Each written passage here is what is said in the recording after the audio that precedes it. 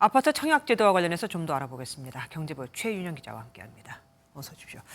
앞서 잠깐 나왔지만 청약 가점이 70점을 넘어야 한다. 서울 평균은 그럼 얼마가 나옵니까? 우선 이 청약 가점은 크게 세 가지 항목으로 구성이 됩니다. 네. 청약 통장 가입 기간과 무주택 기간 그리고 부양 가족 수인데요. 네. 이 통장 가입 기간과 무주택 기간에서 15년 이상 만점을 받으면 부양 가족이 3명인 4인 가구는 69점이 받을 수 있는 최대 점수입니다.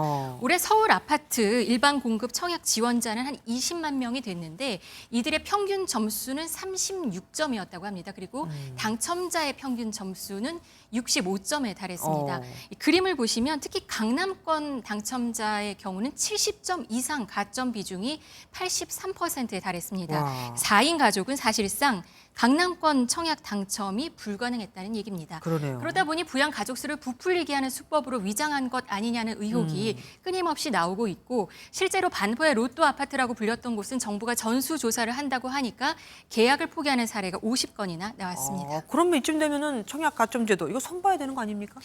7월 말 현재 청약 통장 가입자 수를 봤더니 2,600만 명이나 됩니다. 이 중에서 300만 명이 15년 기간을 채웠고 야. 10년 넘은 통장 가입자도 700만 명이 넘습니다. 5년 이후에는 통장 가입 기간 만점자가 2배 이상 늘어나게 되는 겁니다.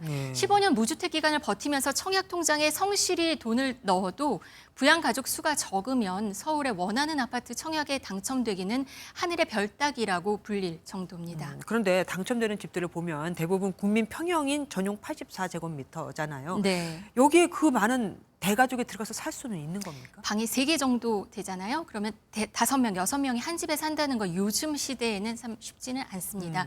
그래서 당첨되고 실제 입주할 때는 분가하는 경우도 부지기수고 아예 전세를 놓고 입주를 하지 않는 경우도 적지 않습니다. 네. 부양 가족 수에 따라 가점을 주는 게 사실 의미가 없는 셈이죠.